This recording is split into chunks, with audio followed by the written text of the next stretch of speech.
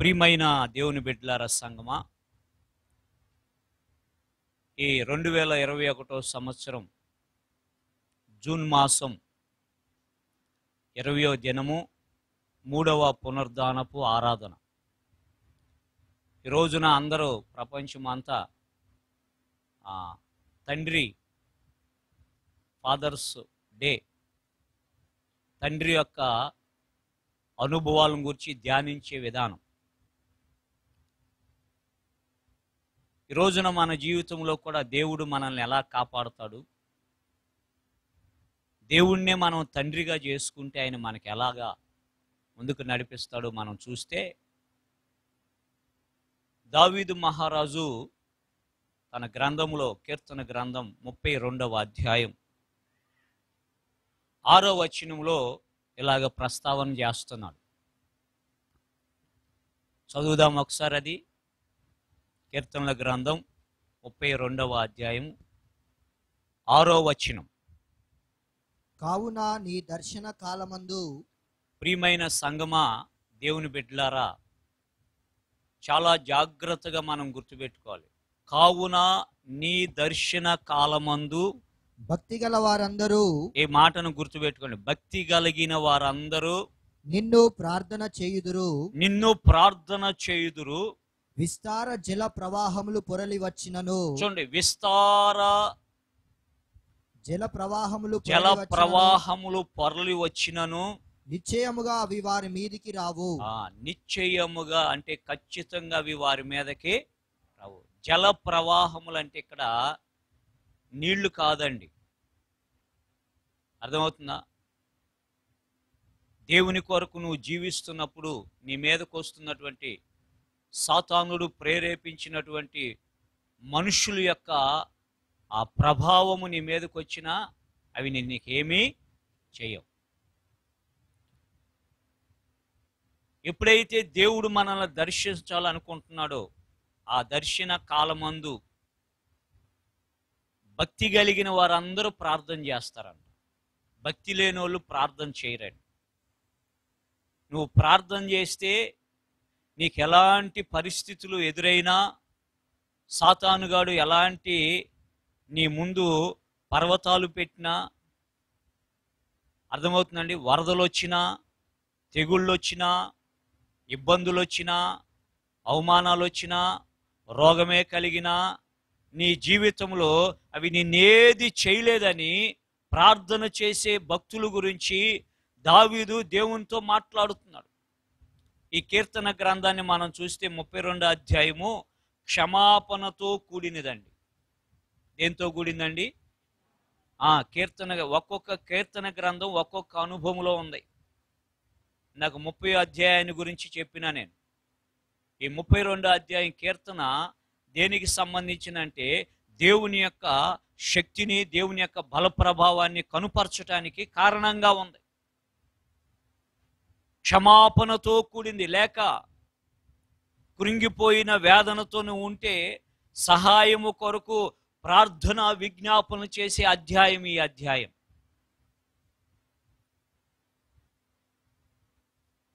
ఈ కీర్తనల గ్రంథం 32వ అధ్యాయంలో ఉన్నటువంటి సారాంశము క్షమాపణ. రెండవదిగా, కృంగిపోయి వేదన పడుతున్న నీ జీవితంలో సహాయము కొరకు ప్రార్థన విజ్ఞాపన చేసే అధ్యాయం ఈ అధ్యాయం. అందుకే నీ దర్శన కాలమందు భక్తి కలిగిన వారు నీకు ప్రార్థన చేస్తే ప్రవాహ జలముల వారి మీదకి పొర్లి వచ్చినా నిశ్చయముగా అవి వారి మీదికి రావు. నిశ్చయముగా అవి వారి మీదకి రావు. అది నువ్వు ప్రార్థన చేయకపోతే రాదండి. చాలా మంది విసిగిపోతారు. దేవుడు ఉన్నాడా అని ప్రశ్నిస్తూ ఉంటారు. ఉన్నాడండి. నీ వ్యక్తిగత జీవితంలో ఎప్పుడు కూడా దేవుని బిడ్డలుగా పిలువబడే మనం, బ్యాప్టిజం పొందిన మనము ఏ కోణంలో కూడా దేవుని యొక్క ప్రేమను మనం అనుమానించకూడదండి. ఏమించకూడదు? మనకి ఏది జరగనే దేవుని మన మీద చూపించే ఆ ప్రేమను మనం ఏ కోణంలో కూడా చిన్న చూపు చూడకూడదు, అనుమానించకూడదు. ఏది జరగనే మనకి కీడే రాని, చివరికి మన యొక్క శిరమును తలను ఖండించటానికి ఖడ్గమే రాని, ఈ సమాజంలో ఉన్నటువంటి ఏ యొక్క ఈవి కూడా నీకు దగ్గరికి రాకపోని దేవుని ప్రేమను మాత్రం నువ్వు కొంచెం కూడా అనుమానించకూడదండి. అనుమానం అనేది రాకూడదు దేవుని ప్రేమలో. ఈ విషయాల్లో మన మనసును జాగ్రత్తగా అవి ప్రవాహ జలములు పొర్లి వచ్చినను అవి వారి మీదకి రావు. ఎంత చక్కని మాట అండి. దేవుడు మనకి అభయం ఇస్తున్నాడండి. దావీదు ప్రార్థన చేసి దేవుని దగ్గర క్షమాపణ పొందుకొని దేవుని దగ్గర నుంచి కృంగిపోయిన అనుభవంలో పైకి లేపనెత్తమని దేవుని సహాయం కొరకు ప్రార్థన విజ్ఞాపన చేస్తూ దేవుని కొరకు ఎదురు చూస్తున్న దావీదు జీవితంలో గొర్రెలు కాసుకుని అతన్ని సింహాసనం మీదకి దేవుడు తీసుకొని వెళ్ళినాడు. దేవునికి స్తోత్రాలు చెల్లిద్దామా? అదే దేవుడు, అదే ఆత్మ, అదే దైవత్వం కూర్చున్నటువంటి లేఖనాలు ఈ రోజున నీ దగ్గరకు కూడా వచ్చి నిన్నేం చేస్తున్నాయంటే అవి బలవంతం చేస్తున్నాయి. బలవంతం చేసినా కూడా ఆ వాక్యం నీ హృదయంలోకి నువ్వు చేర్చుకుంటే నిన్నేం చేస్తుందంటే నీ జీవితంలో కాలు జారుకోకుండా పాపము చేయకోకుండా నిన్ను ఆ వాక్యం ఏం చేస్తుందంటే స్థిరపరుస్తుంది. కారణం ఏంటంటే ఆ వాక్యము మనసులోకి వెళ్ళటం కాదండి. మనసులోకి వెళ్ళటం అంటే ఏంటంటే కంఠస్థం చేయటం, గుర్తుపెట్టుకోవటం. కానీ వాక్యం మనసులో నుండి ఎక్కడికి రావాలో తెలుసండి? హృదయంలోకి రావాలి. ఎప్పుడైతే నీ హృదయంలోనికి వాక్యం వస్తుందో ఆ వచ్చిన వాక్యం ఏం చేస్తుందంటే నిన్ను దేవుని కొరకు జీవించటానికి, నీ కాలు జారిపోయి పాపములో పడుకొని ఉండటానికి నిన్నేం చేస్తుందంటే కావలి కాస్తుంది. ఎందుకంటే ఆ వాక్యమే దేవుడై ఉన్నాడు.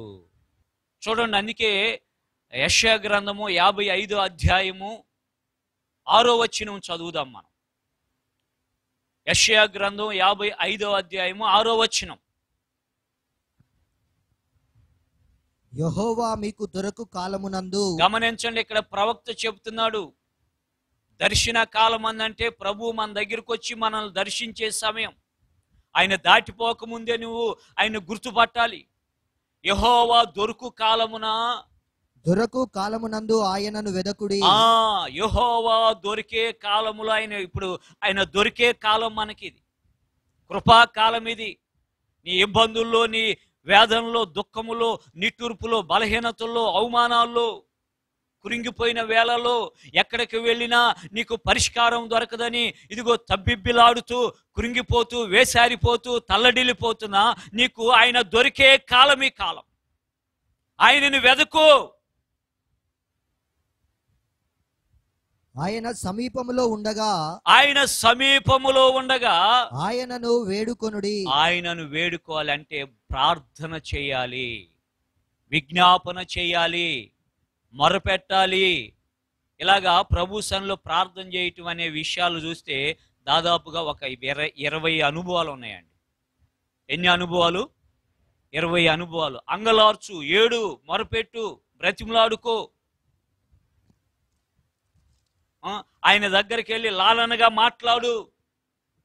ఇవన్నీ ఒక సందర్భానికి సంబంధించిన మాటలు ఉన్నాయి. ఆయన ఏం చేయాలంటే మనము వేడుకోవాలి. మొదట చదివిన వచనంలో ఏంది? ఆయన భక్తులు ఆయనకి ప్రార్థన చేస్తారు. అందుకే మీకు ఎప్పుడు నేను చెప్తుంది ఏంటంటే దేవుణ్ణి వేడుకోవాలి.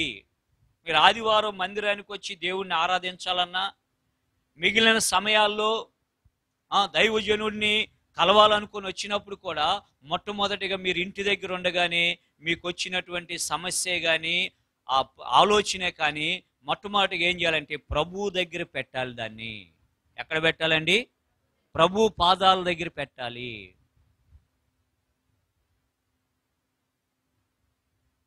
అప్పుడు ప్రార్థన చేసి, అయ్యా దైవజనుడి దగ్గరికి నేను వెళ్తున్నా, దీనికి నాకు ఒక పరిష్కారం దయచేయి, మీ దైవజనుల్లో నుంచి నీ వాక్యపు లేఖనాలు వెలుగు నాకు దయచేయి.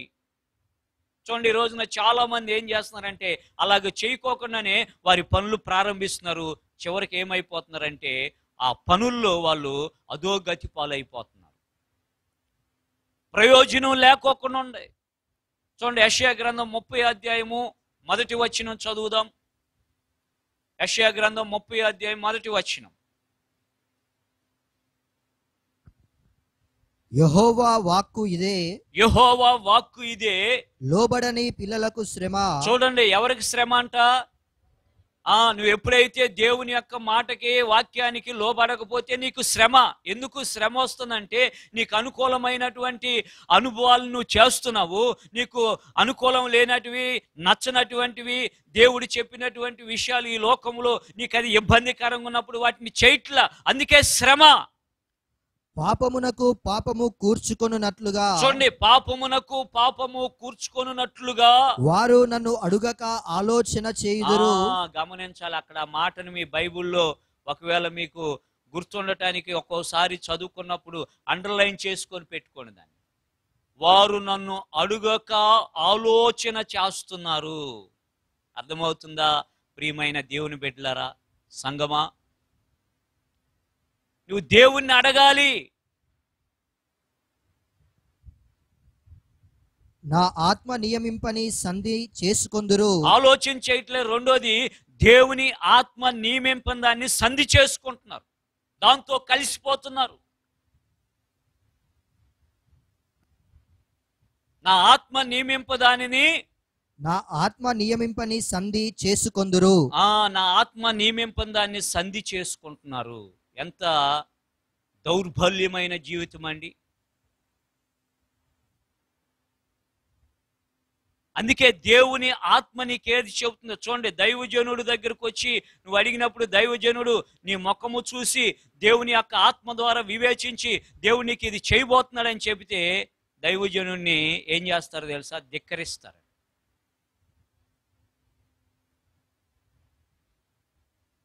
దైవజనుడు తృణీకరిస్తారు. మళ్ళా ఆ పరిస్థితులు అధోగతి పాలైపోయి దారి దొరక్క మళ్ళా ప్రభు ఉన్నాడు కదా మనకని మారు మనసు పొందుతారు. మళ్ళా ఒక్కొక్కరి జీవితాల్లో ఎన్నిసార్లు మారు మనసు పొందుతారో తెలుసండి? లెక్కలేనన్ని సార్లు నీ డైరీలో రోజుకొక్కోసారి. చూడండి, ఆడుకునేటప్పుడు ఏమంటారు? అప్పుడు ఆట ఆడుతూ ఉంటే ఏమంటారు చెప్పండి? ఏమంటారు? ఆట ఆడుతా ఆయాసం వస్తే ఏమంటారు? ఆంబ్లీసా?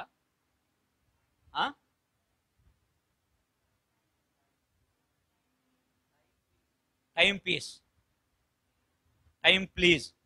టైం ప్లీజ్ అంటే ఇంగ్లీష్, అది తెలుగులో ఏంది? కొంచెంసేపు ఆగు, నేను ఆగుతున్నా. మనం కూడా ఏమంటున్నాం అంటే అలసిపోయి భక్తి చేయలేక, ప్రభా కొంచెం టైం ప్లీజ్. మరలా పరిస్థితులు రాగానే, ఇబ్బంది రాగానే, ప్రభువా రానాయనా నాకు సహాయం చేయి, తప్పైందయ్యా, ఇక నేను ఇక్కడి నుంచి క్రమంగా ఉంటాను, జాగ్రత్తగా ఉంటాను, నేను నమ్మకంగా ఉంటానని ఇంక ప్రభు మరలా ఏం చేస్తాడంటే చారదీస్తాడు. చారదీసినాక మళ్ళా కొన్ని రోజులు మళ్ళా యథాస్థాదా. నువ్వు అలాంటి భక్తి చేయకూడదు, అది క్రైస్తవ్యము కాదు. క్రీస్తుతో జీవించే జీవితం అంతకంటే కాదు. క్రీస్తుతో నువ్వేం చేయాలంటే, ఇదిగో ప్రతి క్షణము, ప్రతి గంట, ప్రతి రోజు, ప్రతి వారము, ప్రతి మాసము, ప్రతి సంవత్సరము నీ ఆయుష్ ఉన్నంత వరకు, నీ ఆయుష్ ఉన్నంత వరకు ప్రభువును కొనియాడుతూనే ఉండాలి. అందుకే దేవుడు ఏం చేసినాడు తెలుసా? ఆదికాండము 6వ అధ్యాయం 3వ వచనం చూస్తే నరులు ఆయుష్ను తగ్గించేసినాడంట. నరుల ఆయుష్ని తగ్గించేసినాడు. ఎంత? చూడండి ఒకసారి 3వ వచనం, 6వ అధ్యాయం 3వ వచనం. నరుల ఆయుష్ను తగ్గించేసినాడు ఆయన. అప్పుడు యెహోవా నా ఆత్మ నరులలో ఎల్లప్పుడూ వాదించదు. చూడండి, అప్పుడు యెహోవా నా ఆత్మ నరులలో ఎల్లప్పుడూ వాదించదు. గమనించండి, దేవుని ఆత్మ అంటే ఆయన దొరికే కాలంలో నీ మనస్సాక్షిని పరిశుద్ధాత్మ దేవుడు నిన్ను నేరస్థాపన చేస్తూ, ఒప్పింపజేస్తూ, నిన్ను దేవుని సన్నిధిలో నిందారహితుడిగా ఉండటానికి నిన్ను బలవంతం చేస్తూ వాదిస్తున్నటువంటి ఆత్మను నువ్వు ధిక్కరించేదాకా తెచ్చుకోవద్దు. చూడండి, దేవుని పరిశుద్ధాత్మను దుఃఖపరచొద్దు, ఆత్మను ఆర్పకుడి. అర్థమవుతుందండి? నా ఆత్మ నరులతో ఎల్లప్పుడూ వాదించదు. వారు తమ అక్రమ విషయములో నరమాత్రులై ఉన్నారు. చూడండి, వారు అక్రమ విషయములో, యెషయా గ్రంథం 30:1 పాపమునకు పాపం కూర్చుకుని అంటున్నారు. ఆదికాండం 6:3 వారు అక్రమ విషయములో నరమాత్రులు అంటే కేవలం శరీరులై ఉన్నారు. అయినను వారి దినములు 120 ఏండ్లగునెను. 120 ఏండ్లు. ఆది కాండంలో 120 ఏండ్లు చేసినాడు. కీర్తన గ్రంథంలోకి వచ్చేసరికి 70 లేక 80, అధిక బలం ఉంటే 80, అది కూడా ఆయాసంతోనే. అంటే అర్థమైనది తెలుసా? రోజు ఇన్ని గోళీలు మింగాలి. ఒక డబ్బా ఉంటుంది, ప్లాస్టిక్ డబ్బా, ఇక గోళీల డబ్బా. చిన్నపిల్లలకు కూడా తెలుసు అది. ఇక బతుకుతున్నాం కానీ ఆయాసమే. ఆ ట్యాబ్లెట్ వేసుకోకపోతే, ఆ మెడిసిన్ వాడకపోతే జీవనము కొనసాగదు. ఆయాసం అన్నమాట. అందుకే దేవుని ఆత్మ ఏదైతే సంధి చేస్తుందో మనం ప్రార్థన చేయాలి. దర్శన కాలంలో, దేవుని దొరికే సమయంలో. చూడండి, దేవుడు 33వ అధ్యాయం కీర్తన గ్రంథం 9వ వచనం చూద్దాం ఒకసారి. కీర్తన గ్రంథం 33వ అధ్యాయం 9వ వచనం. ఆయన మాట సెలవీయగా, చూడండి, ఆయన మాట సెలవీయగా దాని ప్రకారమాయను. ఆయన ఆజ్ఞాపింపగానే కార్యము స్థిరపరచబడెను. ఏంటంట? కార్యము స్థిరపరచబడిన. చదువు, ఆ మాటను చదువు ఒకసారి. ఆయన ఆజ్ఞాపింపగానే.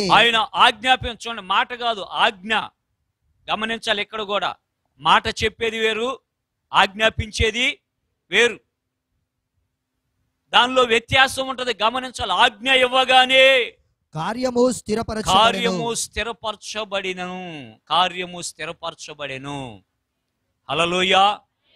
దేవుడు మాట ఇవ్వాలి నీకు, మనుషులు కాదు, మనిషి ఆత్మ కాదు, మనిషి ఉద్దేశాలు కాదు. దేవుడు ఏదైతే నీకు ఆజ్ఞాపిస్తున్నాడో అది జరిగే కాలం వరకు మనం నిలబెట్టుకొని ఆయన మాట ఇస్తే తప్పేవాడు కాదు. ఆయన అంటాడు, మరి యొక్క దగ్గర బైబిల్లో ఏం చెప్పబడి ఉందో తెలుసా? ఇదిగో నేను అబద్ధమాడుటకు మనుషుడను కాను.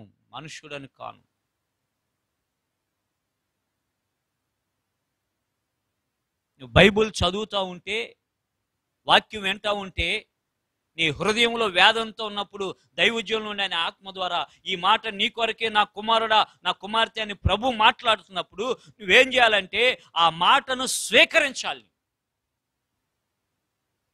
నీ హృదయములోకి దేవుని వాక్యం చొచ్చుకొని వెళ్ళని. వారి బలహీనత, వీరి బలహీనత, వారి క్యారెక్టర్, వీరి క్యారెక్టర్ అని చెప్పి నువ్వు కాలయాపన చేస్తే దేవుడు ప్రేమను నువ్వేం చేయాల్సిన పరిస్థితి వస్తుందో తెలుసా? గౌరవించాల్సిన పోయి అవమానించి, అనుమానించి, అవమానపరిచి ఆ ప్రేమను నువ్వేం చేస్తున్నావు అంటే నీ వ్యక్తిగత జీవితంలో నీకు ఫలభరితంగా మారుకోకుండా నిష్ఫలంగా మారిపోయేటట్లు చేసుకుంటున్నావు నీకు నీవే. ఆయన దర్శనమిచ్చే కాలంలో ఆయన భక్తులు ప్రార్థన చేస్తే ప్రవాహముగా జలములు పొర్లి వచ్చినా అవి వారికి ఏ హాని చేయవు. చూడండి ప్రియమైన దేవుని బిడ్డలారా, అందుకే తిమోతి అంటున్నాడు, తిమోతికి రాస్తున్నాడు దైవజనులైన పౌలు గారు ప్రోత్సహిస్తూ, మనుషులందరూ చెడిపోయిన వాళ్ళని, వారి మనసు చెడిపోయిందని చెప్పినప్పుడు దైవజనుడైన పౌలు గారు మొదటి పత్రిక, తిమోతికి రాసిన మొదటి పత్రిక 1వ అధ్యాయము 16వ వచనం చదువుదాం. అయినను నిత్య జీవము నిమిత్తము తనను విశ్వసింపబోవు వారికి నేను. చూడండి, తాను విశ్వసింపబోవు వారికి మాదిరిగా. గమనించాలి, ఇక్కడ మనం ఏం చేయాలి తెలుసా? మన కుటుంబ వ్యవస్థలో కానీ, మన ఫ్రెండ్స్లో కానీ, మనం ఉంటున్నటువంటి ఆ యొక్క పట్టణంలో కానీ, వీధిలో కానీ, ఎక్కడైనా కూడా మనల్ని బట్టి దేవుణ్ణి విశ్వసించే వారికి మనం ఏమై ఉండాలంటే మాదిరిగా ఉండాలి. ఎలా ఉండాలండి? మనము మందిరానికి వెళ్తున్నారు, ఆరాధనకి వెళ్తున్నారు, ప్రభు బిడ్డలుగా మార్చబడినారు అనేది మన ఒక మాదిరి. పౌలు గారు అదే అంటున్నాడు, తన దేవుణ్ణి విశ్వసించు నిత్య జీవము నిమిత్తము. అయినను నిత్య జీవము నిమిత్తము తనను విశ్వసింపబోవు, తనను అంటే యేసుక్రీస్తు ప్రభుల వారిని విశ్వసింపబోవు వారికి నేను మాదిరిగా ఉండులాగునా. అదిగో నేను మాదిరిగా ఉండులాగునా.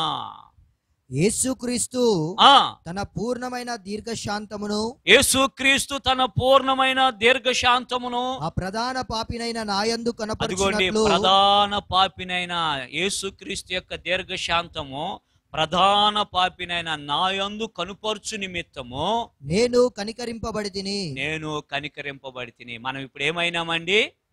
ప్రధాన పాపులం. మనం ఎవరమండి? మనము ప్రధాన పాపులం. అలాంటి మనల్ని ఆయన రక్షించబోయే బడవారికి, నిత్య జీవంలో వచ్చే వారికి మాదిరిగా ఉంచటానికి యేసుక్రీస్తు నన్ను ఏం చేసిందంటే ప్రధాన పాపినైన నన్ను కనికరించినాడు. చప్పట్లు కొట్టి దేవునికి స్తోత్రాలు చెల్లిద్దాం.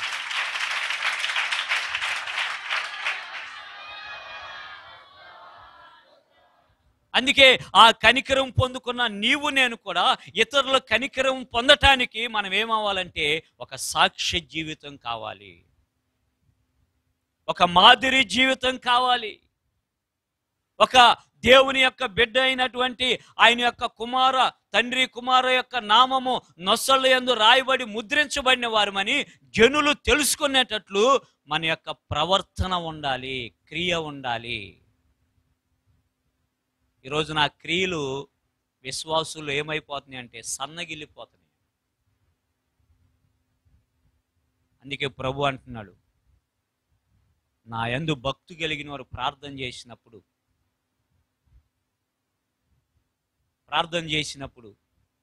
ఆ ప్రార్థనకి నేను జవాబిచ్చడానికి జలములు వారి మీదకి పొర్లి వచ్చినా కూడా అవి వారిని ఏమి హాని చేయవు. ఈ రోజున నీ మీదకి వచ్చే ప్రతి విపత్తును గురించి దేవుడు మాట్లాడుతున్నాడు. ఈ రోజున వచ్చే ఈ యొక్క కరోనా తెగులు గురించి దేవుడు మాట్లాడుతున్నాడు. నీవు ఆయనకి ప్రార్థన చేయాలి. ప్రార్థనలో పట్టుదల ఉండాలి, ప్రార్థనలో విధేయత ఉండాలి, ప్రార్థనలో దేవునికి అప్పగించుకునేటట్టు ఉండాలి. ప్రార్థనలో దేవుడు మనల్ని ఏదైతే ఖండిస్తున్నాడో, మన హృదయంలో ఏముందని చెప్తున్నాడో దాన్ని ప్రభు పాదాల దగ్గర పడేసేసి మన అహంభావాన్ని, గర్వాన్ని ప్రార్థనలో దేవుని పాదాల దగ్గర పెట్టేసేయాలండి. ఆమేన్, హల్లెలూయా. అప్పుడు పెట్టేస్తే ప్రభు ఏం చేస్తాడు తెలుసా? ఎలాంటి జలములు పొర్లు వచ్చినా అవి మన మీదకి రాకుండా చేస్తాడు. అలాగ వచ్చే విషయాలు ఒక్కొక్క విషయాన్ని నేను చెప్తా. అపాయం ఏది మీ దగ్గరికి రాదు అంటున్నాడు. ఏంటండి? ఏమి రాదు? ఏమి రాదు. చూడండి, కీర్తనల గ్రంథం 91వ అధ్యాయం 7వ వచనం. అపాయం ఏది మీ దగ్గరికి రాదు. 91వ కీర్తనలో రాస్తున్నాడు, కాపుదల కొరకు చేసే కీర్తనలో ఇదొక అనుభవం. నీ ప్రక్కను 1000 మంది పడినను. చూడండి, నీ ప్రక్కన అంటే ఎడమ పక్క 1000 మంది పడినను, నీ కుడి ప్రక్కను 10,000 మంది కూలినను. అన్నప్పుడు 1000 మంది పడింది ఏ పక్క? ఎడమ పక్క. కుడి పక్క 10,000 మంది పడిపోయినారంటే ఎడమ పక్క 1000 మంది. నీ ప్రక్కన 1000 మంది కూలినను, నీ కుడి ప్రక్కను 10,000 మంది కూలినను, నీ కుడి పక్కన 10,000 మంది కూడినను, అపాయము నీ యొద్దకు రాదు. రాదు. గమనించండి ప్రియమైన, దేవునికి స్తోత్రాలు చెల్లిద్దాం.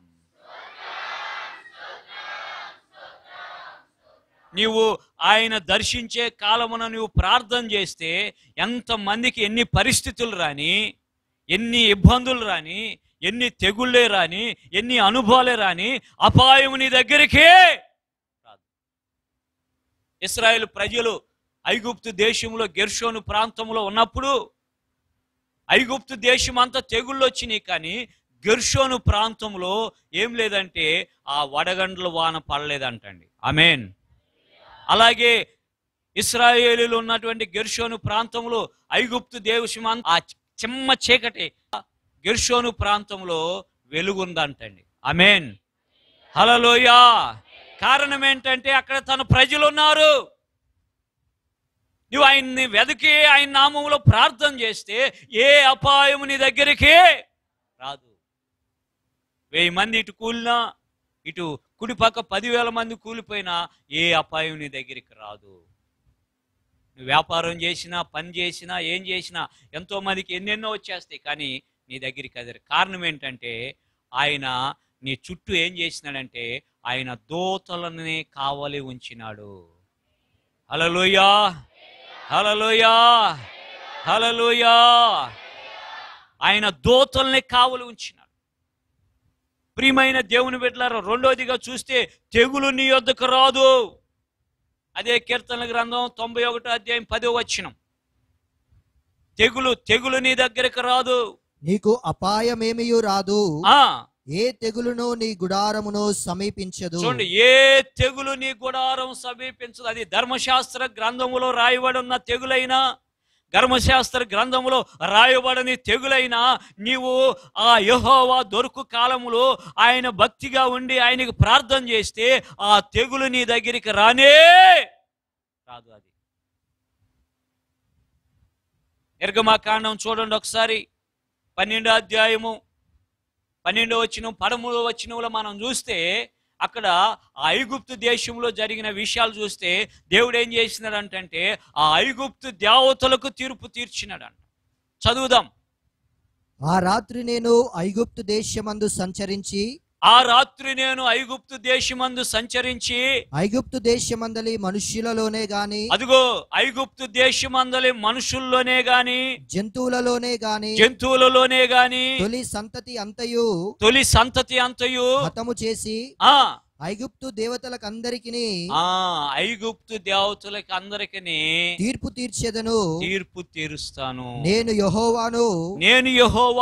మీరున్న ఇండ్ల మీద ఆ రక్తము మీకు గుర్తుగా ఉండును. మీరుండ్ల ఇళ్ల మీద ఆ రక్తము, పస్కా గొర్రె పిల్ల రక్తం ఎలా ఉండాలంటండి? యేసయ్య రక్తం మన మీద ఎలా ఉంది? గుర్తుగా ఉంది. దేవునికి స్తోత్రాలు చెల్లిద్దాం గట్టిగా. చూడండి, ప్రకటన గ్రంథము 7వ అధ్యాయం 3వ వచనంలో కూడా చూస్తే ఆ దూత బోర ఊదినప్పుడు హాని చేయటానికి అధికారం పొందినటువంటి ఆ దూతలు ఉంటే ఆ దూతలకు ఏం చెప్తున్నాడు తెలుసా? దేవుడు ఒక దూత వచ్చి ఏం చెప్తుంది తెలుసా? ఈ దూత మేము మా దేవుని దాసులను, అదిగో మేము మా దేవుని దాసులను వారి నొసలయందు ముద్రించు వరకు భూమికైనను సముద్రమునకైనను చెట్లకైనను హాని చేయవద్దని బిగ్గరగా చెప్పెను. చూడండి, హాని చేయవద్దని బిగ్గరగా చెప్పక అర్థమవుతుందండి. ఆయన ఆజ్ఞాపించగా కార్యము జరిగెను. హల్లెలూయా. హాని చేయొద్దు, నా దాసులకి ఎవరికి హాని చేయొద్దు. దాసులకే కాదు, మేము ముద్ర వేస్తున్నాం. ఎప్పుడైతే నువ్వు యేసు రక్తము చేత కడగబడి పరిశుద్ధపరచబడి ఒక విశ్వాసిగా మారుతున్నావో ఏ తెగులు నీ గుడారం సమీపించదు. ఈ రోజున అనేక దైవజనులు ఏం చేస్తున్నారంటే నీకు అది ఉంది ఇది ఉందని నీతి విరోధ సంబంధమైన బోధన చేసి వారి స్థిరమైన మనసులోని తొలగింప చేసేస్తున్నారు.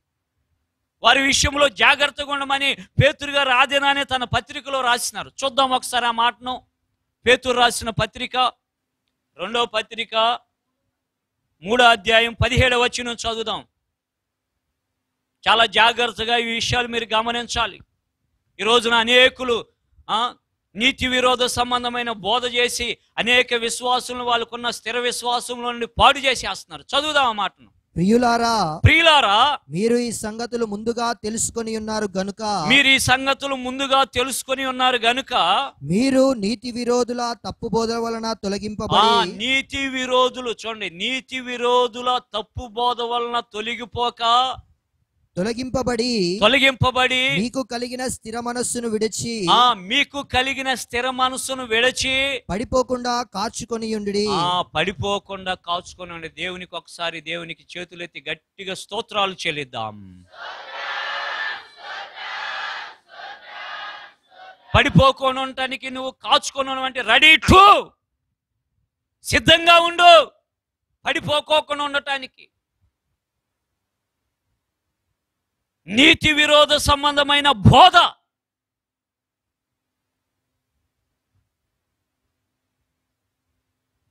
ప్రభు మనల్ని ఎప్పుడైతే ముద్రించినాడో, ఆయన రక్తం చేత మనల్ని ఎప్పుడైతే ముద్రించినాడో మన జీవితంలో అపాయం రాదు. ఏ తెగులు కూడా మన గుడారాన్ని చెప్పాలి, మీరు చెప్పాలి, సమీపించ. మీ నెత్తి మీద చేయబెట్టుకొని చెప్పండి, యేసుక్రీస్తు నామములో, చెప్పుకోండి మీరే, యేసుక్రీస్తు నామములో, ఆయన రక్తమును బట్టి, ఆయన నా కొరకు చనిపోయి తిరిగి లేచినందును బట్టి నాకు ఏ తెగులు నన్ను, నా గుడారమును సమీపించదు.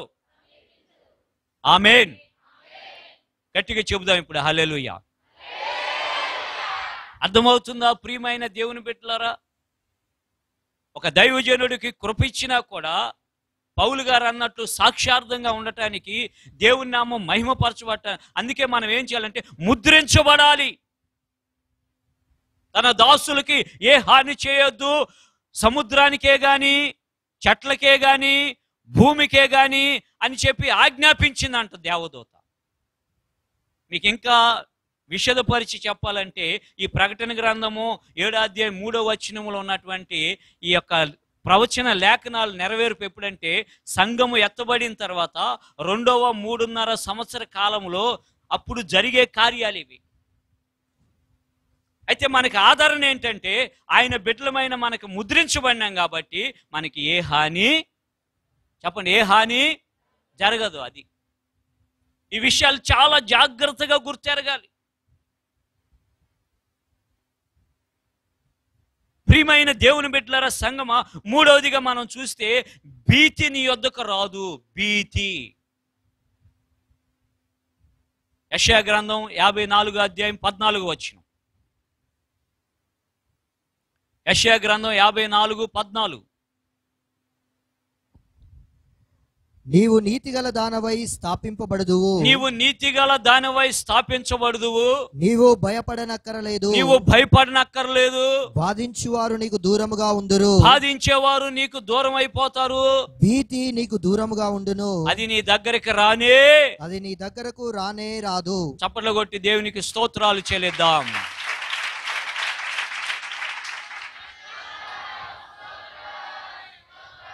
అది నీ దగ్గరకు రానే. భీతి అంటే మీకు ఉదాహరణ ఇప్పుడు మీకు అర్థమయ్యేటట్టు చెబుతా. ఏంటంటే కరోనా తాడువే. ఇది అందరిలో భయం ఉంది. ఇదే భీతి అంటే. మనకి ఏదో జరుగుతుంది అని తెలిసినప్పుడు వచ్చే ఆ లోపల అంతరంగంలో ఉన్నటువంటి ఆందోళనే భీతి. అది నువ్వు చెందాల్సిన అవసరమో లేదు. దేవుడి కాపుదల నీకుంది కాబట్టి అవి నీ మీదకు వస్తాయి, కానీ నీ దగ్గరికి రావు. అవి నీ దగ్గరికి నీకే హాని చేయదు. ఎప్పుడు ప్రభువుని నువ్వు ప్రార్థన చేస్తూ ఆయన మీద విశ్వాసం ఉంచి ఆయన కొరకే నువ్వు జీవించటానికి నీ ప్రాణాత్మ శరీరాలను అప్పగించినప్పుడు, ప్రభువా చనిపోయినా బ్రతికినా నేను నీ కొరకే. దేవుని వాక్యాన్ని నువ్వు ఎప్పుడైతే విశ్వసించి హృదయంలో చేర్చుకొని దాన్ని పలుకుతావో ఆ వాక్యము కార్యం దాలుస్తుందండి. ఆమేన్. ఆయన మనసులో అనుకున్నాడు. ఎఫెసీ పత్రికలో మనకి ఈ మాట రాయబడుతుంది. 1వ అధ్యాయంలో మనం చూస్తే చక్కని ప్రణాళికతో కూడిన మాట దైవజనుడైన పౌలు దేవుని యొక్క అనాది ప్రణాళికలో ఉన్న విషయాన్ని అక్కడ సంఘానికి తెలియపరుస్తున్నాడు. ఎఫెసీలకు రాసిన పత్రిక 1వ అధ్యాయం 5వ వచనం నుండి చూద్దాం.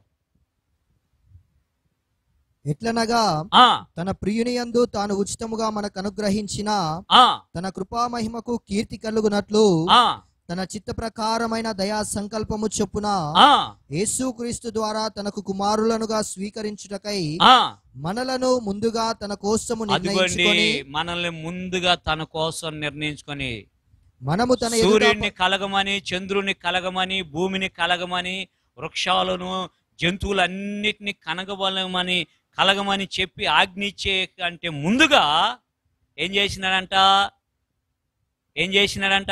మనలను తన కోసం నిర్ణయించుకొని, మనలను తన కోసం నిర్ణయించుకొని. హల్లెలూయా. ఈ 2021వ సంవత్సరం ఈ కరోనా వస్తుందని దేవునికి తెలుసు, కానీ మనకు తెలియదు. ఈ రోజున ఈ వాక్యం నేను సిద్ధపడి చెబుతానని దేవునికి తెలుసు, నాకు తెలియదు, కానీ ఈరోజు తెలుస్తుంది. మీతో ఈ మాటలు దేవుడు మాట్లాడుతున్నాడని ఈరోజు నిర్ణయించి ఎప్పుడో పెట్టినాడు. తన కోసం నిర్ణయించుకొని మనము తన ఎదుట పరిశుద్ధులమును, మనం ఎలా ఉండాలంట? దేవుని ఎదుట పరిశుద్ధులమును నిర్దోషులమునై ఉండవలెనని జగత్తు పునాది వేయబడక మునుపే. ఇక్కడ క్లియర్. ఎన్నో వచ్చిన? 7వ వచనమా?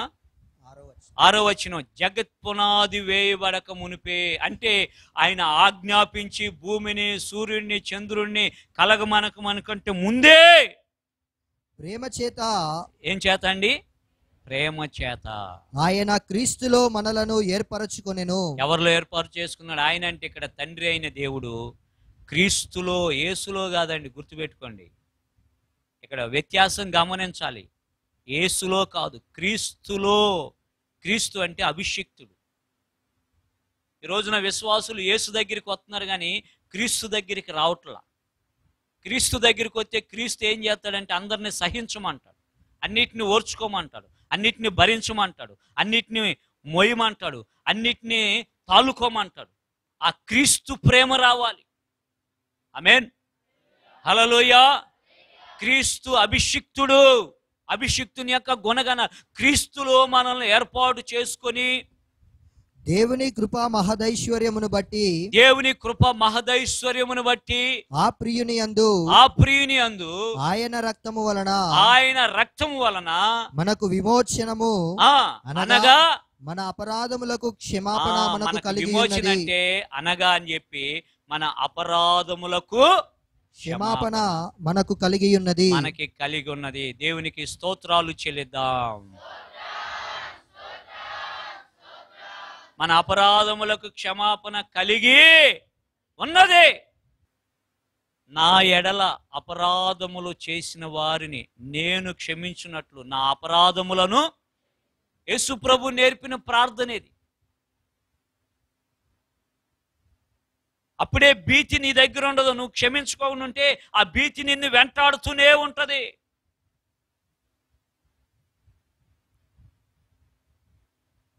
నాలుగోదిగా మనం చూస్తే ప్రియమైన దేవుని బిడ్డలారా, కీడు మన దగ్గరికి రాదు. కీడు గమనించండి. అపాయము, రెండోది తెగులు, మూడోది భీతి, నాలుగోది కీడు. గమనించండి, ఒక వ్యక్తికి వచ్చేటువంటి ఆ పొర్లు వచ్చే జలముల యొక్క ఆ విధానము పరిస్థితులను బట్టి దాని పదం మారిపోతుంది. అర్థమవుతుందండి? కీడు నీ దగ్గరికి రాదు. చూద్దాం ఆమోసు గ్రంథం 9వ అధ్యాయం 9-10 వచనాలు. ప్రభు ఇశ్రాయేలు జనాంగంతో చెప్పిన మాట ఆత్మ సంబంధంగా దత్తపుత్రుల ద్వారా ఇదిగో క్రొత్త నిబంధన సంఘముగా యేసుక్రీస్తు యొక్క బిడ్డలుగా ప్రభువుగా ఉన్నటువంటి ఆయన మరణ పునరుద్ధానాల ద్వారా విమోచించబడిన మనం, పరిశుద్ధాత్ముడు మనకు అనుగ్రహించబడటం వల్ల మనము ఆత్మ సంబంధమైన ఇశ్రాయేలుగా ఆ వాగ్దానంలో మనం పాలుభాగస్తులమైనాం. కాబట్టి మన జీవితంలో కూడా ఆ లేఖనాలు మనకి సరిపోయినవిగా ఉన్నాయి. 9వ అధ్యాయం 9-10 వచనాలు. నేను ఆజ్ఞయ్యగా ఒకడు ధాన్యము జల్లెడతో జల్లించినట్లు, దేవుడు ఆజ్ఞయ్యగా ఒకడు ధాన్యమును జల్లెడతో జల్లించినట్లు ఇశ్రాయేలీయులను అన్యజనులందరిలో జల్లింతును గాని. ఇశ్రాయేలీని ఏం చేస్తున్నాడంట దేవుడు? అన్యజనులందరిలో ఇశ్రాయేలీని జల్లిస్తున్నాడు. అన్యజనుల్లో నుండి ప్రత్యేకిస్తున్నాడు గాని. అందుకే నేను ధైర్యంగా చెప్పగలను, అపోస్తులు, దైవజనులు, పరిశుద్ధులు మాకు నేర్పించిన ఈ ఉపదేశం, సురేష్ పాస్టర్ గారి దగ్గర మేము నేర్చుకున్న ఉపదేశం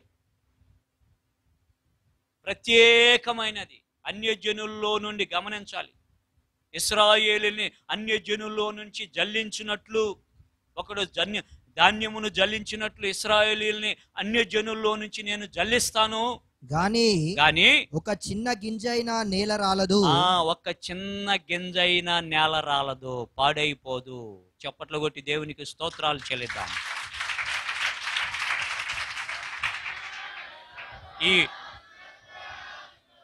ఇలాంటి ఉపదేశములో నడిపించబడుతున్న ప్రతి విశ్వాసి కుటుంబము, విశ్వాసి ఏమైపోతాడంటే ఎప్పుడు కూడా తప్పిపోడు. ఒక్క చిన్న గింజైనా రాలిపోదు. ఆ కీడు మనలను తరిమి పట్టదు. కీడు మనలను తరిమి పట్టదు. గుర్తుపెట్టుకోవాలండి. మన యొద్దకు రాదు అని నా జనులలో అనుకొను పాపాత్ములందరూ ఖడ్గము చేత చత్తురు. చాలా మంది కీడు రాదు అనుకునే పాపాత్ములందరూ ఖడ్గము చేత. ఇశ్రాయేలు ప్రజలు గెర్షోను ప్రాంతంలో ఉంటే వారి దగ్గరికి ఎలాంటి తెగులు వాళ్ళ దగ్గరికి రారు. 10 తెగుళ్ళు ఒక్క తెగులు కూడా రాలేదు వాళ్ళ దగ్గరికి. సంహారకుడు వచ్చినా కూడా ఏ ద్వారబంధంలోకైతే పస్కా గొర్రెపిల్ల రక్తం రాయబడిందో ఆ ద్వారబంధంలో ఎవరెవరైతే ఉన్నారో వాళ్ళందరూ కాపాడబడినారు. ఫరో కుటుంబంలో ఉన్నటువంటి రాజు సైతం తొలుచురు కుమారుడు చనిపోయినాడు. కీడు నీ దగ్గరికి రాదు. 5వదిగా మనం చూస్తే ఆరోగ్యము నీకు ఇస్తానంటున్నాడు దేవుడు. ఏమిస్తానంటున్నాడండి? ఆరోగ్యం. యెషయా గ్రంథం 38వ అధ్యాయము 5వ వచనం, 6వ వచనం, 7వ వచనం చూస్తే హిజ్కియాతో దేవుడు మాట్లాడతాడు. హిజ్కియా ప్రవక్త వెళ్ళి తనతో మాట్లాడిన తర్వాత గోడ తట్టు తిరిగి కన్నీళ్లు కార్చి దేవుని దగ్గర పశ్చాత్తాపడినప్పుడు మరలా ఆ హిజ్కియా ఆయన అంతఃపురంలో నుండి నడిశాలకు రాగానే దేవుడు మళ్ళీ వెళ్ళి చెప్పు, కన్నీళ్లు విడుచుట నేను చూచి తిని కనుక ఇదిగో అతను ఆహాబు యొక్క జీవితంలో ఉన్నటువంటి ఆ ఎండ గడియారంలో నుంచి 10 మెట్లు 15 మెట్లు ఎలాగ వెళ్ళియో అట్లా నీడ మళ్ళా పెరుగుతుంది, ఇదే చూచినని చెప్పి హిజ్కియాకి ఆరోగ్యం ఇచ్చిన దేవుడు ఈ రోజున నీకు నాకు మనకి ఆరోగ్యాన్ని ఇస్తున్నాడండి. ఆమేన్. ఆయన రెక్కల నీడలో మనకి ఏముందండి? ఆరోగ్యం ఉంది. చదువుదాం యెషయా గ్రంథం 38వ అధ్యాయము 5వ వచనం, 6వ వచనం, 7వ వచనం. నీవు తిరిగి హిజ్కియా యొద్దకు పోయి, యెషయా ప్రవక్త చెబుతున్నాడు, నువ్వు తిరిగి హిజ్కియా యొద్దకు పోయి అతనితో ఇట్లనుము, నీ పితరుడైన దావీదునకు దేవుడైన యెహోవా, అదిగో నీ పితరుడైన దావీదునకు దేవుడైన యెహోవా నీకు సెలవిచ్చినదేమనగా నీవు కన్నీళ్లు విడుచుట చూచి తిని. నీవు కన్నీళ్లు విడుచుట. హిజ్కియా కన్నీళ్లు గారుస్తున్నాడు. అది దేవుడు చూసినాడండి. మనం చేసే ప్రార్థనలో కన్నీటి చేసే ప్రార్థన వాళ్ళు వీళ్ళు చూడకూడదు, దేవుడు చూడాలి. ఆమేన్. అందుకే యేసు ప్రభు అంటాడు, నువ్వు ప్రార్థన చేయనప్పుడు ఉపవాసం ఉండి తల అంటుకొని నీ గదిలోనికి వెళ్ళి ఆ ప్రార్థన జీవితం కావాలి. ఆ ప్రార్థన చేసి నువ్వు లేచిన వెంటనే నీ జీవితంలో నీ సమస్యకి పరిష్కారం దొరుకుతుంది. అప్పుడు ఆరోగ్యం నీకు కలుగుతుంది. హిజ్కియా కన్నీళ్లు దేవుడు చూసినాడండి. నీ ప్రార్థన నేను అంగీకరించి ఉన్నాను, ఇంకా 15 సంవత్సరముల ఆయుష్ నీకు ఇచ్చేదను. 15 సంవత్సరాల ఆయుష్ పొడిగిస్తున్నా దేవుడు చెబుతున్నాడు హిజ్కియాతో. చదువుదా ఆ మాటని. ఇంకా 15 సంవత్సరముల ఆయుష్యము నీకు ఇచ్చేదను, ఇంకా 15 సంవత్సరముల ఆయుష్ నేను నీకు ఇస్తాను. మరియు ఈ పట్టణమును నేను కాపాడుచు, ఈ పట్టణాన్ని నేను కాపాడుచు, నిన్ను కూడా కాపాడుతూ ఈ పట్టణమును ఆషూరు రాజు చేతిలో పడకుండా విడిపించేదను. శత్రువు రాజు అయిన ఆషూరు రాజు చేతిలో పడకుండా విడిపిస్తాను. దేవునికి స్తోత్రాలు చెల్లిద్దాం. నా ప్రియమైన దేవుని బిడ్డలారా, సంగమా, నిన్ను నీ పట్టణాన్ని శత్రువు నీ మీదకి రాకుండా. అందుకే కీర్తన గ్రంథం 30వ అధ్యాయం 1వ వచనం చదువుదాం. కీర్తన గ్రంథం 30వ అధ్యాయం 1వ వచనం దావీదు అంటాడు, యెహోవా నా శత్రువులను నా విషయమై సంతోషింపనీయక. యెహోవా నా శత్రువులు నా విషయమై సంతోషింపనీయక. నీవు నన్ను ఉద్ధరించి ఉన్నావు, అందుకై నేను నిన్ను కొనియాడుచున్నాను. ఆషూరు రాజు చేతిలో పడకుండా ఈ పట్టణమును విడిపించేదను. దానికి సూచనగా యెహోవా తాను పలికిన మాట నెరవేర్చుననుటకు. అదిగో యెహోవా తాను పలికిన మాట నెరవేర్చుననుటకు. ఇది యెహోవా వలన నీకు కలిగిన సూచన. ఆహాజు ఎండ గడియారము మీద సూర్యుని కాంతి చేత దిగిన నీడ. చూడండి, ఆహాజు ఎండ గడియారం మీద సూర్యుని కాంతి చేత దిగిన నీడ మరలా 10 మెట్లు ఎక్కువ చేసేదను. అదిగో మరలా ఏం చేస్తాను అంటున్నాడు? 10 మెట్లు ఎక్కువ చేస్తాను. చూడండి, ఎండ వాలిపోయింది, అర్థమైందండి? సూర్యోదయం నుంచి వచ్చిన ఎండ ఏమైపోయింది? వాలిపోయి వెనక్కి వెళ్ళిపోయింది. దేవుడు పలికిన మాట విషయంలో అది నెరవేర్పుగా చూసి ఏం చేస్తున్నాడంటే ప్రభు మళ్ళా ఎండని, ఆ ఎండ నీడ మెట్లు మళ్ళా ఎండని పక్కకు తీసుకొస్తున్నాడు. మళ్ళా సూచనగా ఎప్పుడైతే యెహోవా దొరుకు కాలమున నువ్వు భక్తుడిగా భక్తురాలుగా ఉండి ఆయనకు ప్రార్థన చేస్తే నీ మీదకి జలములు పొర్లి వచ్చినను అవి నీకు హాని చేయదని దేవుడు చేసిన వాగ్దానం ఇప్పటికీ ఈ రోజు కూడా నెరవేర్చుటకు, జరిగించుటకు శక్తి సామర్థ్యం కలిగినటువంటి, సర్వశక్తి కలిగినటువంటి నేను ప్రకటిస్తున్న యేసుక్రీస్తు ప్రభుల వారు. ఆమేన్. హల్లెలూయా. ఒక్కసారి నిన్ను నీవే దేవునికి అప్పగించుకో. చదువుదాం. సూచనగా 10 మెట్లు పైకి ఎక్కును. అప్పుడు సూర్యకాంతి దిగిన మెట్లలో 10 మెట్లు మరలా ఎక్కెను. చూసినారా ప్రియమైన దేవుని బిడ్డలారా, దేవుడు పలకాలి. నేను అందుకే మీకు బండ గుర్తుగా ఒకటి చెప్తున్నా. ఏంటో తెలుసా? దేవుడు చెప్పాలి మీకు, మనుషులు కాదండి. నీ మనసు కూడా చెప్తుంది ఒక్కోసారి. అది కూడా నువ్వు నమ్మొద్దు. దేవుడు చెప్పింది అనేది ఆ మనసు నిర్ధారణ కావాలంటే సూచన కావాలి. ఏం కావాలి? సూచన కావాలి. భక్తులందరూ అంటున్నారు. మోషే అంటున్నాడు, అయ్యా ఈ వింత నేను చూస్తాను అంటున్నాడు. గిద్యోను అంటున్నాడు, ఇదిగో నీ దాసుని మీద నీ కటాక్షం ఉంటే నేను ఇదిగో నశించినా నశించేదను, నేను అడిగిన దానికి నాకు ఒక సూచన కావాలి. ఏలియా ప్రార్థన చేస్తూ శిష్యునితో అంటున్నాడు, చూడు మేఘం ఏమన్నా కనపడుతుందా? చెయ్యంత మేఘం కనపడింది. చెయ్యంత మేఘం కనపడింది. కొంచెం మీకు ఆ ఆనవాలు కనపడింది. దాంట్లో ఏం చేయాలంటే మనం దేవుని చిత్తమని పరిగెత్తాలి అండి. ఆమేన్. హల్లెలూయా. సాతాను చిత్తం అయితే నీకు మొదట అన్నీ ఉంటాయి, తర్వాత అది నాశనానికి దారి తీస్తుంది. దేవుని చిత్తంలో ఆటంకాలతో ప్రారంభమై నీకు శాంతి సమాధానాలతో ముగించబడుతుందండి. సస్యశ్యామలమైన జీవితంతో నీవు జీవితాన్ని ముగిస్తావు. నెమ్మదితో నీ ప్రాణమును నువ్వు విడిచిపెడతావు. దేవుని సన్నిధిలో తీసుకోనాదా అని చెప్పగలుగుతావు. ఆరోదిగా కలవరపడవద్దు అంటున్నాడు ప్రభు. కలవరం, అపాయము, తెగులు, భీతి, కీడు, ఆరోగ్యం, ఆరోదిగా కలవరం అండి. కలవరపడవద్దు. యేసు ప్రభు శరీరుడిగా ఉన్నప్పుడు రొట్టె ఆరాధన అయిపోయింది. ఇస్కరియోతు యోధ ముక్క తీసుకున్నాడు, రొట్టె తిన్నాడు, లేచి వెళ్ళిపోయినాడు. వెళ్ళిపోయినాక యేసు ప్రభు చెప్తున్నాడు శిష్యులతో, నా తండ్రి నన్ను ఏ విషయం కొరకు పంపించినాడు ఆ విషయం జరగబోతుంది.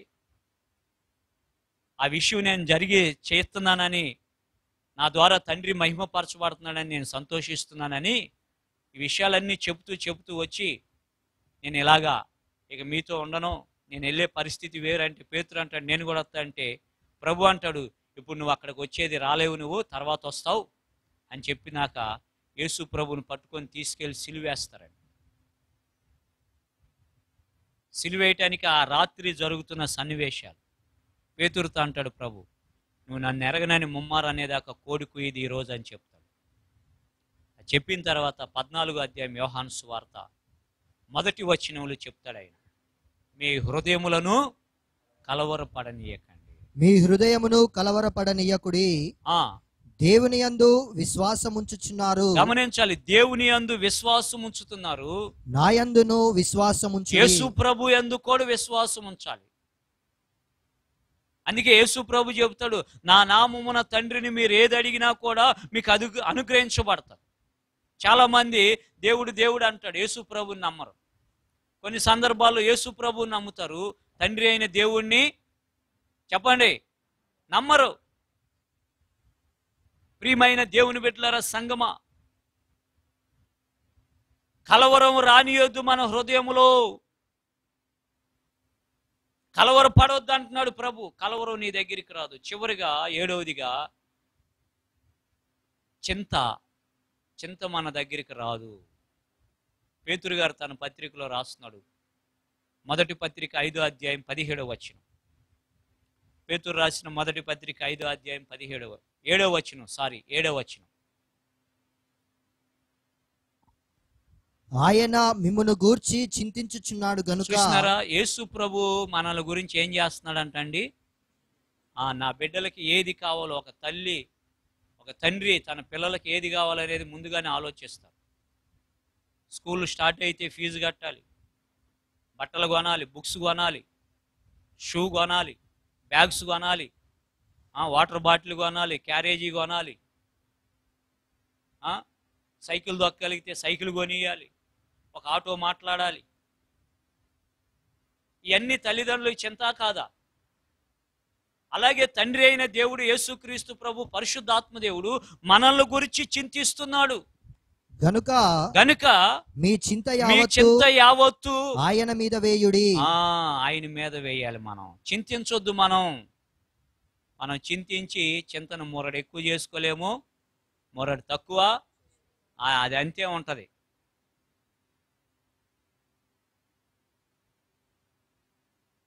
చింత నీ దగ్గరికి రావని అని చెప్తున్నాడు ఆయన. నీ పనుల భారము ఆయనకి అప్పగించు, ఆయనే చూసుకుంటాడు. ఆయన మన భారములను మోయువాడై ఉన్నాడు. ఎందుకంటే మనం శ్రమ పడితే ఆయన మనలో అనుభవం లేనివాడు కాదు, కానీ ఆయన మన అన్నిట్లో శ్రమపడి మనకి సహాయం చేయటానికి ఆయన సిద్ధంగా ఉన్నాడు. ఆయన చూడండి, హెబ్రీ పత్రిక 4వ అధ్యాయంలో ఈ మాట ఉంటుంది. ఒకసారి మాట చదువుదాం. అది హెబ్రీ పత్రిక 4వ అధ్యాయము చూడండి ఒకసారి. సమాన అనుభవం లేనివాడు కాదు, కానీ అన్ని విషయంలో మన వలె శోధించబడి మనకు సహాయం చేయటానికి 15వ వచనం, 4:15, హెబ్రీ పత్రిక 4:15. మన ప్రధాన యాజకుడు తన బలహీనతల యందు మనతో సహానుభవం లేనివాడు కాడు గాని. చూడండి, మన బలహీనతల యందు మనతో సహా అనుభవం లేనివాడు కాదు గాని సమస్త విషయములలోను మన వలనే శోధింపబడినను ఆయన పాపము లేనివాడుగా ఉండెను. దేవునికి స్తోత్రాలు చెల్లిద్దాం. ఆయనకు అనుభవం ఉంది, సహా అనుభవం ఉంది. మనకి సహాయం చేయాలంటే ఆయన అన్ని అనుభవించున్నాడు. ఆయన ద్వారానే, అందుకే మన చింత యావత్తు ఆయన మీద వేయాలి. నీ బాబోగులన్నీ ఆయనకి తెలుసండి. అందుకే దావీదు అంటాడు, అయ్యా నేను కూర్చునుట, నేను లేచుట, నేను పనుకొనుట నాకు తలంపు పుట్టక మునిపే నా అంతరార్థ్యములో నా మనసులో ఏముందో నీకు తెలిసే ఉంది అంటున్నాడు. తక్కువ కాదే.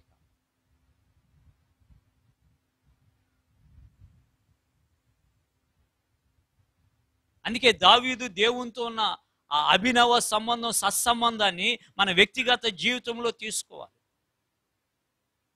దావీదును గొర్రెలు కాసుకునే వ్యక్తిని ఎప్పుడు ఒకేసారి ఒట్టిగానే దేవుడు సింహాసనం మీదకి తీసుకెళ్ళ. ఆయన మాట ప్రణాళిక ప్రకారంగా అన్ని కోరుకొని ఆయన ఏర్పాటు చేసినాడు. ఈ రోజున మనల్ని ఇక్కడ తీసుకొచ్చింది కూడా అందుకే. ఆయన నీ మీదకి జలములు పొర్లి వచ్చినా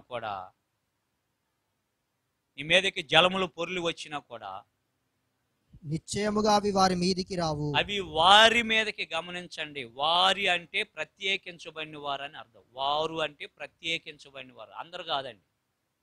వారు అంటే ప్రత్యేకించబడిన వారు, దేవుడు ప్రత్యేకించుకున్న వారు, దేవునితో చక్కని సంబంధం కలిగిన వారు. నిశ్చయముగా వారి మీదకి అవి రావు. అది ఈ 7 విషయాలు: అపాయము, తెగులు, భీతి, కీడు, అనారోగ్యము అంటే ఆరోగ్యము వస్తుంది నీకు, అలాగే కలవరము, 7వదిగా చింత. ఇవి నీ దగ్గరకు రాకుండా చేయగలిగిన శక్తి దేవునికి. ఎప్పుడంటే నీవు భక్తి కలిగి ఆయనకి ప్రార్థన చేసినప్పుడు. ప్రార్థన చేయకోకుండా రాదు. మనకి ఒక బండ లాంటి ఒక సామెత ఉంది, బండ గుర్తు లాంటి ఒక సామెత ఉంది. ఏంటది? అమ్మైనా అడగందే అన్నం పెట్టదు. అలాగే ప్రార్థన చేయకుండా మనకి ఏ ఆశీర్వాదమే కానీ దీవెనే కానీ ఏది కూడా రాదు. అందుకే ప్రభు అంటున్నాడు, అడుగుడి మీకు ఇవ్వబడును. ఎంతమంది ఈ అనుభవంలో ఉన్నారో వారందరికీ దేవుడు ఈ వాక్యం అంతటిని వారి సొంతంగా దేవుడు ఇస్తున్నారు. ఆమేన్. ఎంతమంది ఉన్నారో, ప్రార్థన చేసుకుంటూ ఆయన అడిగే వాళ్ళు ఎంతమంది ఉన్నారో వాళ్ళందరికీ దేవుడు ఇవన్నీ అనుగ్రహిస్తాడు. పాస్టర్ మీద ఆధారపడకండి, యేసు క్రీస్తు ప్రభు మీద ఆధారపడండి. అప్పుడు అపాయం రాదు, నీకు తెగులు రాదు, భీతి రాదు, కీడు రాదు. ఒకవేళ అనారోగ్యం వచ్చినా ఆరోగ్యాన్ని ఇస్తాడాయన. అలాగే కలవరం వచ్చినా కలవరాన్ని తీసేస్తాడు. చింత వచ్చినా ఆ చింతను కూడా తీసేస్తాడు. ఆయన చింతిస్తాడు. ఆ చింతను ఆయన లాక్కొని, ఏయ్ నా బిడ్డ దగ్గరికి నువ్వు వెళ్ళొద్దు. అనారోగ్యమా నా కుమారుడి దగ్గరికి వెళ్ళొద్దు. కలవరమా నా బిడ్డల దగ్గరికి వెళ్ళొద్దు. కీడా నా బిడ్డల దగ్గరికి వెళ్ళొద్దు. తెగులా నా బిడ్డల దగ్గరికి వెళ్ళొద్దు. అపాయమా నా బిడ్డల దగ్గరికి వెళ్ళొద్దు. ఇది అసత్యం కాదండి. అజ్ఞానులు, మూర్ఖులు ఇది అసత్యం అనుకుంటారు. మొన్నొక మాటల్లో సహోదరుడితో మాట్లాడుతుంటే, దేవుడు లేడనేవాడు మరి ఆడికి ఎమ్మట్టి వచ్చింది అనేది తెలితే వాడు ఆ మాట మాట్లాడ్డని చెప్పి అంటున్నాడు ఒక ఆయన. కొంతమంది ఉన్నారు దేవుడు లేడు నాకై నేనే ఉన్నాను అనేవాళ్ళు, వితండవాదులు వాళ్ళు.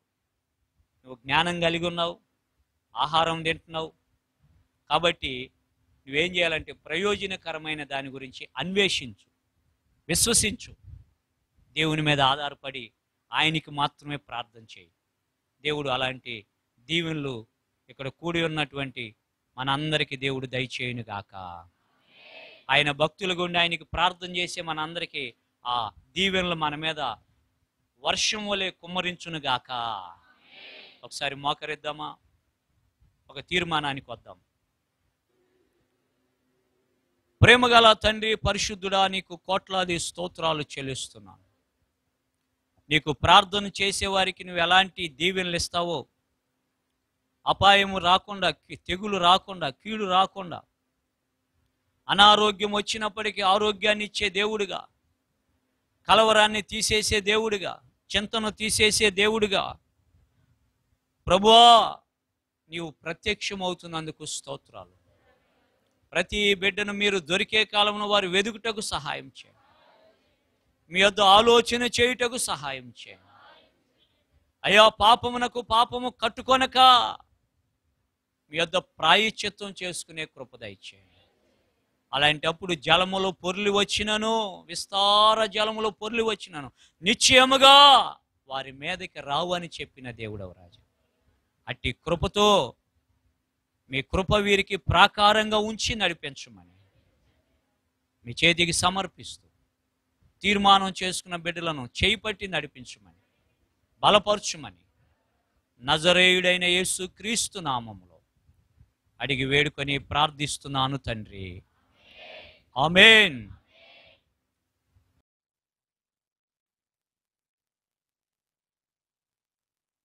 మన తండ్రి అయిన దేవుని ప్రేమ, ప్రభు అయిన యేసుక్రీస్తు యొక్క కృప, పరిశుద్ధాత్ముని యొక్క అన్యోన్య సహవాసం మనకును సకల పరిశుద్ధులకును, ఆయన దర్శించే కాలమున భక్తి కలిగి ప్రార్థన చేసిన ప్రతి బిడ్డకును ఇప్పుడును సదాకాలం హృదయములకును తలంపులకును సదాకాలం తోడయుండి నడిపించునుగాక. ఆమేన్. హల్లెలూయా, హల్లెలూయా, హల్లెలూయా.